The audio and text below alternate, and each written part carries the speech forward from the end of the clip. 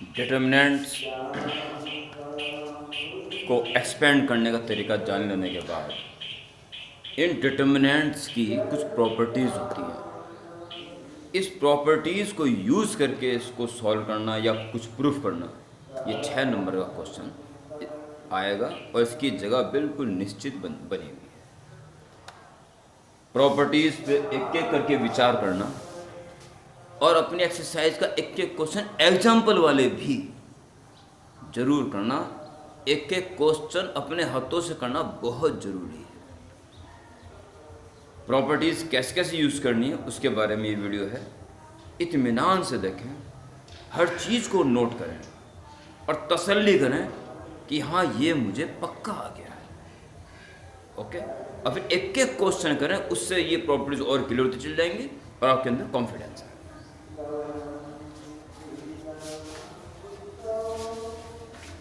Hand out properties और determinant.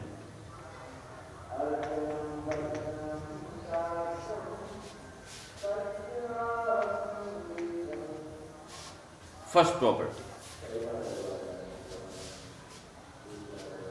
कोई भी दो कॉलम्स कॉन्जिक्यूटिव, यानी पहला दूसरा या दूसरा तीसरा जो चिपके वहीं दूसरे से कांटेक्ट में, कोई भी दो कॉन्जिक्यूटिव कॉलम्स या consecutive rows, first and second या सेकंड एंड थर्ड, अगर आपस में इंटरचेंज कर दें तो केवल माइनस साइन का फर्क पड़ेगा, न्यूमेरिकल वैल्यू वही आएगी। ठीक है, एक स्टेटमेंट लिखोगे जो मैं बोलूंगा अभी, पहले समझ जाए। Determinant A1 A2 A3 B1 B2 B3 C1 C2 C3। अगर मैं इसकी फर्स्ट रो और सेकंड रो को आपस में इंटरचेंज कर दूं, यानी कि B1 B2 B3 first row बन जाए और जो फर्स्ट रो थी वो सेकंड रो बन जाए, A1 A2 A3, third dimension C1 C2 C3। मैंने फर्स्ट और सेकंड रो को इंटरचेंज कर दिया। ऐसा करने से ये इसी के इक्वल आएगा, परंतु माइनस साइन में। Only determinant change its sign only, value remains same. उम्मीद करता हूं 100% समझ में आ गया। तो प्रॉपर्टी नंबर 1 में एक स्टेटमेंट लिखेंगे, एनी टू कॉन्जिक्यूटिव रोज और कॉलम्स को ब्रैकेट में लिख देना है। ठीक है, शुरू से मिलना है। बाय या on interchanging two consecutive rows और two consecutive columns, determinant change its sign. और स्टेटमेंट के बाद इसको नोट करें, स्टेटमेंट एंड दिस है। ओके,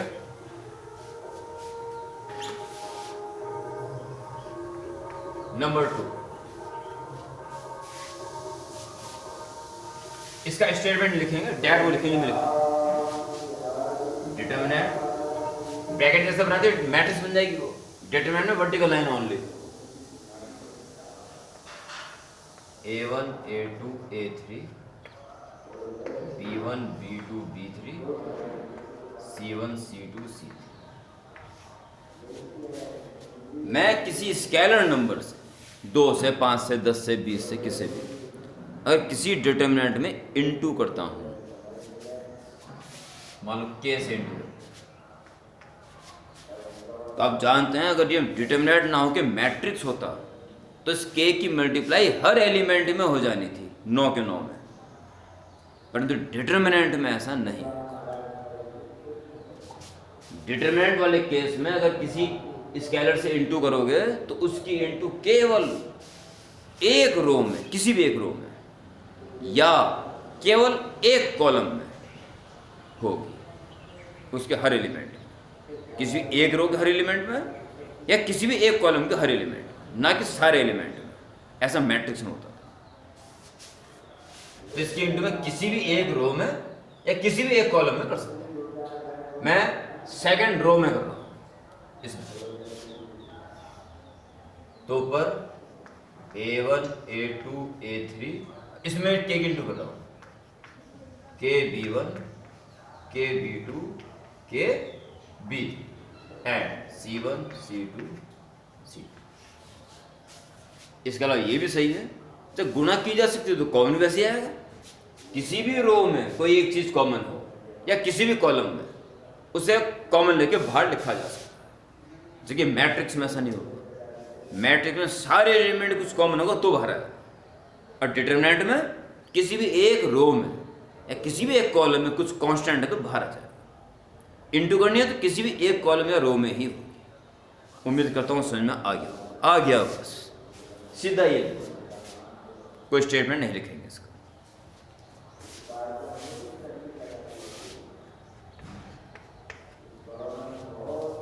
नंबर 3, अब यहां से इंपॉर्टेंट शुरू हो जाएगा। प्यारे बच्चों, किसी भी रो में कोई सी भी अनदर रो, कोई सी भी अगर प्लस कर दें या माइनस कर दें तो डिटरमिनेंट की व्यवस्था पर कोई फर्क नहीं पड़ता, बिल्कुल फर्क नहीं पड़ता। वही वैल्यू तब भी उसकी आती है। स्टेटमेंट के लिए जगह छोड़ेंगे या आप तो पहले सोच लें तब लिखना। स्टेटमेंट लिखा जाएगा determinant A1 A2 A3 B1 B2 B3 C1 C2 C3। मैं क्या कर रहा हूं, पहली रो में दूसरी रो को जोड़ दे रहा हूं, तो हर एलिमेंट पे कॉरस्पॉन्डिंग एलिमेंट ऐड हो जाएगा। मैं क्या कर रहा हूं,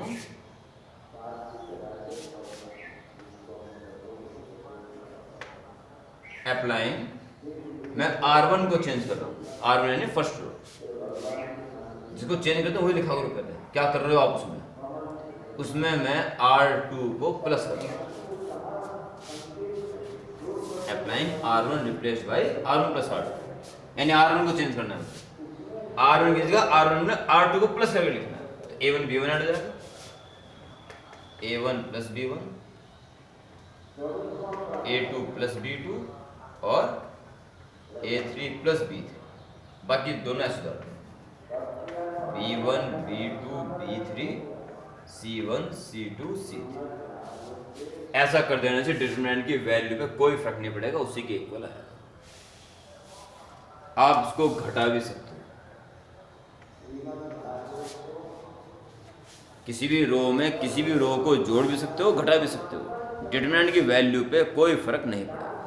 और ऐसा है किसी कॉलम में भी कर सकते हो, किसी भी कॉलम को किसी भी अनदर कॉलम में ऐड या सब्ट्रैक्ट किया जा सकता है। ओके, स्टेटमेंट लिखेंगे, एनी रो और ब्रैकेट में और कॉलम कैन बी एडेड और subtracted from any another row, bracket में और कॉलम। दोबारा सुन, मैंने क्या बोला, और उसके बाद इसको लिखो। ठीक है, इस काम को करें जल्दी।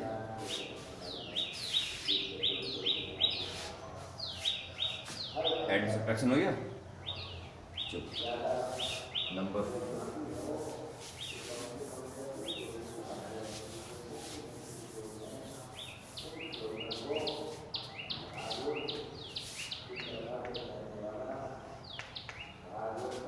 स्टेटमेंट के लिए जगह छोड़ेंगे, यहाँ से डिटरमिनेंट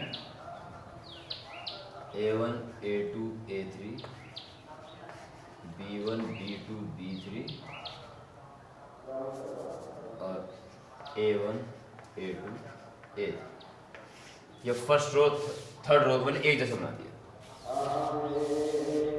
मैंने अभी भी कहा किसी भी रो में किसी भी कॉलम को जोड़ा या घटाया जा सकता है। अगर इस स्थिति में मैं फर्स्ट रो में से थर्ड रो को माइनस कर दूं, A1 माइनस A1 जीरो हो जाएगा, A2 माइनस A2 भी जीरो, A3 माइनस A3 भी जीरो, जीरो जीरो जीरो। और जब एक रो के सारे एलिमेंट जीरो हो जाएंगे फिर तो मैं उसी के रिस्पेक्ट में ओपन करूंगा उसको, और फिर क्या आएगा, जीरो इंटू दिस कुछ भी करो फिर जीरो आएगा, फिर माइनस जीरो इंटू कुछ भी और प्लस जीरो इंटू कुछ भी। अगर एक एलिमेंट के तीनों जीरो आ गए फिर तो एक्सपेंशन जीरो ही आएगा ना। तो आपको इसमें से घटाने की जरूरत नहीं है। एक प्रॉपर्टी है तैयार हो जाती है कि कोई भी दो रोज अगर एक जैसी होगी या कोई भी दो कॉलम्स एक जैसे हो गए तो घटाने की जरूरत नहीं है, सीधे ही उसका आंसर 0। और रीजन ये लिखा जाएगा कि ये दो रोज इसकी आइडेंटिकल है या इसके दो ये कॉलम आइडेंटिकल है। सो कोई भी दो रो या कोई भी दो कॉलम एक जैसे हो गए तो उसका answer direct 0।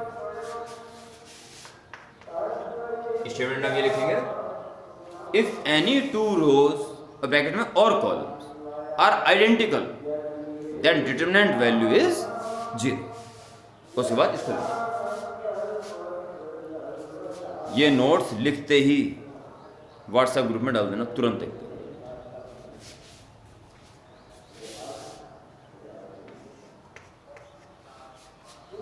Number 5,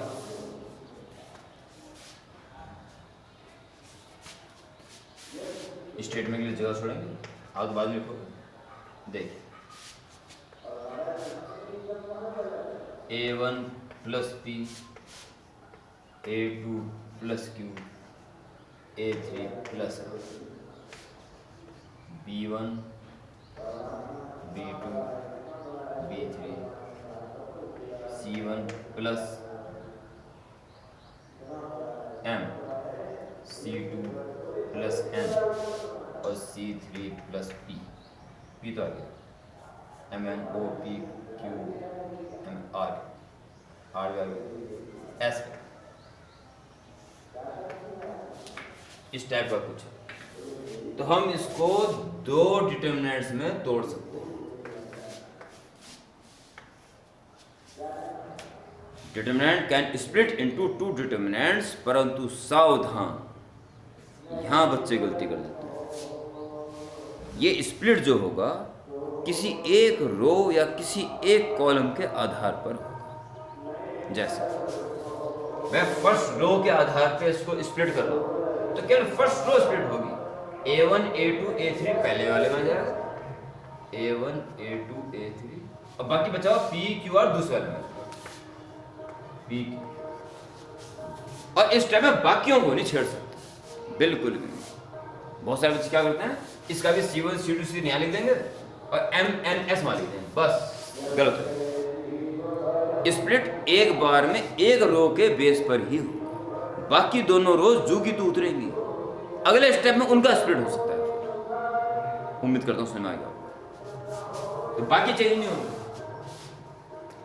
B1 B2 B3 और उसमें भी B1 B2 B3 और इसमें C1 plus M, C2 plus N और C3 प्लस S, ऐसे ऐसे उसमें C1 plus M, C2 plus N, C3 plus S। इसमें कर दो या भी इसको कर दो, C1 C2 C3 लिख दो, अगले वाले में M N S लिख दो, तो बाकी में ये A1 plus P, A2 plus Q और A3 प्लस R इसमें भी आएगा उसमें भी आएगा। समझ रहे हो? अगर आप स्प्लिट कर रहे हो तो केवल एक रो या एक कॉलम के आधार पर ही करोगे बस, बाकी दोनों जू के तू आने चाहिए दोनों में, अगले स्टेप में उनका भी स्प्लिट कर सकते हो and so. Okay, very important. Statement लिखेंगे, any determinant can split into two or more, मान लो तीन होते हैं, 3 से टूट जाते, 2 और 3 determinants on the basis of only 1 रो और 1 कॉलम। इतना लिख के तब इसको नोट कर लेंगे। ओके, आप पॉज करके भी नोट कर सकते हो कि मैं नहीं रुक सकता ऑनलाइन में। और लास्ट नंबर 6, लास्ट प्रॉपर्टी,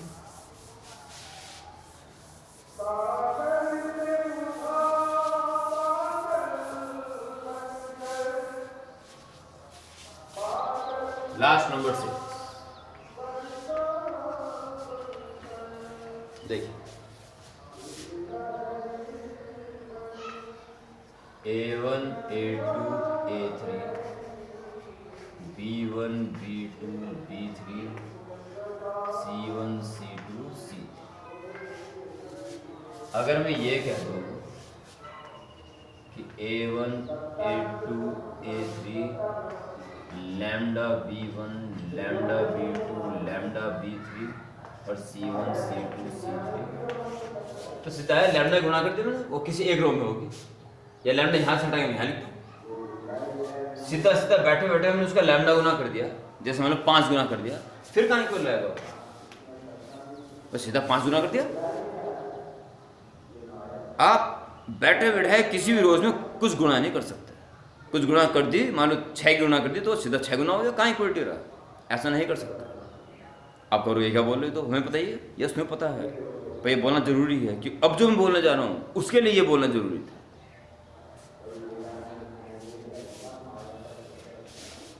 आप ऐसा नहीं कर सकते,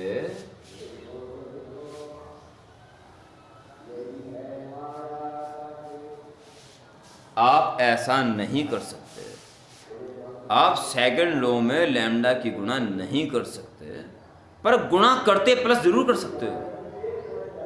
क्या समझा जी, मुझे पता था नहीं समझोगे। किसी भी रो में आप बैठे बैठे कुछ गुणा नहीं कर सकते, पर उसका कुछ इनटू करके प्लस कर सकते हो, कोई फर्क नहीं पड़ने का। जैसे सेकंड लो को फर्स्ट लो में जोड़ा जा सकता है, ये तो आपने प्रॉपर्टी देख ली। थर्ड प्रॉपर्टी सर, किसी रो को किसी रो में ऐड किया जा सकता है, अरे किसी से इनटू करके भी ऐड किया जा सकता है, जब भी वो वैल्यू पे कोई फर्क नहीं पड़ता। अजीब सा लग रहा है इसलिए इसका प्रूफ करना पड़ेगा, ठीक है।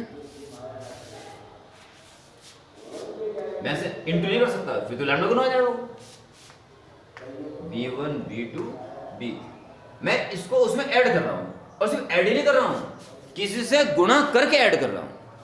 मैं लैम्डा से इनटू करके उसे प्लस कर रहा हूं, A1 plus lambda B1, A2 plus lambda B2 और A3 प्लस लैम्डा B। ऐसा करने से इक्वलिटी बनी रहेगी,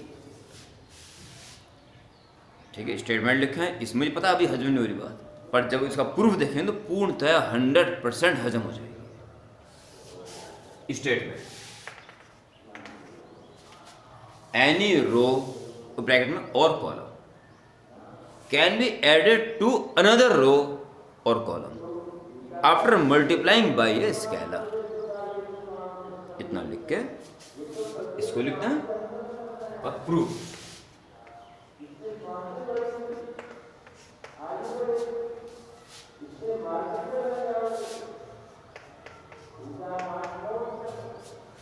right hand side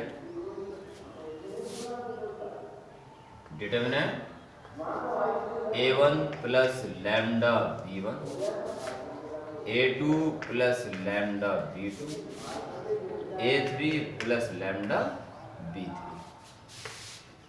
B1 B2 B3, C1 C2 C3। Proceed करें आगे।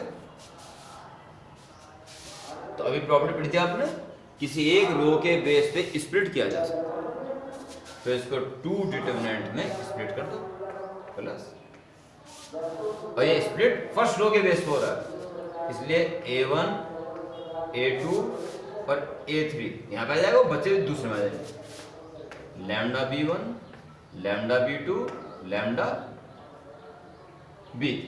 इसका एक साइड में दूसरा से, बाकी दोनों जो के दूसरे जाएंगे, B1 B2 B3 C1 C2 C3, B1 B2 B3 C1 C2 C3, ठीक है। प्रॉपर्टी थी प्रॉपर्टी, इसको determinant A1 A2 A3 B1 B2 B3 C1 C2 C3। नियमानुसार लैम्डा कॉमन आ सकता है किसी भी एक रो या किसी एक कॉलम में, lambda take as common, determinant B1 B2 B3 again B1 B2 B3 C1 C2 C3।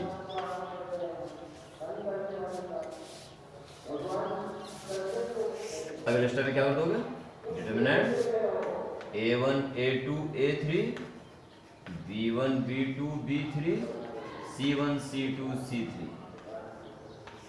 Plus lambda into statement की वैल्यू जिसमें दो रोज बिल्कुल आइडेंटिकल होगी, यस जीरो, लैम्डा जीरो कर भी जीरो बचा, बस ये बचा। A1 A2 A3 B1 B2 B3 C1 C2 C, this is left hand side. Okay, तो इस तरह से 6 प्रॉपर्टीज इस वीडियो का मेन अट्रैक्शन है। इसके बाद आप क्वेश्चन शुरू कर दें। इसलिए पिछली वाली वीडियो में आपको एक्सपेंड करना आ चुका था, कैसे कैसे एक्सपेंड करते हैं। अब मान लो ये है जी 1008 786 420 10,705 1009 708 507 607 708 एक्सपेंड करो जी, तो बस छुट्टी। 1008 this and this minus 786 into this this और माइनस 420 दिस करते रहो, बस 1 घंटे तक करते रहो। परंतु प्रॉपर्टी यूज कर लोगे तो ये कैलकुलेशन आसान हो जाएगी। कुछ इंपॉर्टेंट टिप्स, प्रॉपर्टी क्या सोच के यूज करोगे, क्या उद्देश्य है आपका कि प्रॉपर्टी यूज कर रहे हो। प्रॉपर्टी यूज करते हुए ये ध्यान दें, सोचिए जरा, अगर आपके पास कोई डिटर्मिनेंट है और आप किसी रो में ज़्यादा से ज़्यादा जीरो आ रहे हैं, तो आप उसी सेट में ओपन करोगे ना उसको, क्योंकि जीरो इंटू कुछ भी करो जीरो आएगा। तो आप चाहोगे किसी भी एक रो है, किसी भी एक कॉलम में ज़्यादा से ज़्यादा जीरो हैं, जीरो बनाना टारगेट होना चाहिए। किसको किससे भी जोड़ो, किसको किसमें से भी घटाओ, किसी को किसी से भी इंटू करके जोड़ दो या घटा दो, जीरो बनो। पहला, ज्यादा से ज्यादा जीरो बनाने का प्रयास करो। और दूसरा, जितना ज्यादा ज्यादा हो सके कॉमन ले ले पहले। और कॉमन आपको पता है किसी भी एक रो या कॉलम में हो, तो पहला पॉइंट इसको कहें कि जितना हो सके कॉमन से कॉमन लो पहले, फटाफट जितना हो सके। दूसरा, इन प्रॉपर्टीज को यूज करते ज्यादा से ज्यादा जीरो बनाने का प्रयास करो। बस ये 2 लक्ष्य हैं आपके हैं, और बस धुआंधार क्वेश्चन होने शुरू हो जाएंगे। ठीक है, कुछ मैं बुक मेरे पास एनसीईआरटी की, ये 2 क्वेश्चन करके बताता हूँ।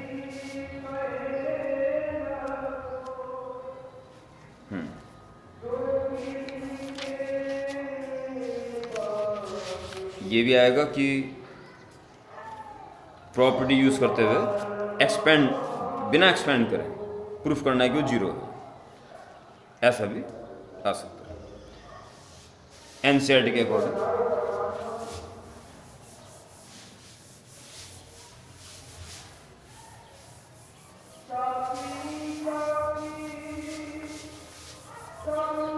आर.डी. शर्मा से करें, ज़्यादा बेहतर, अच्छी प्रैक्टिस हो जाती है।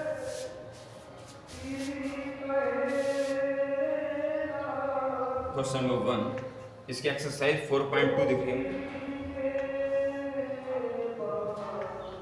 X y z a b C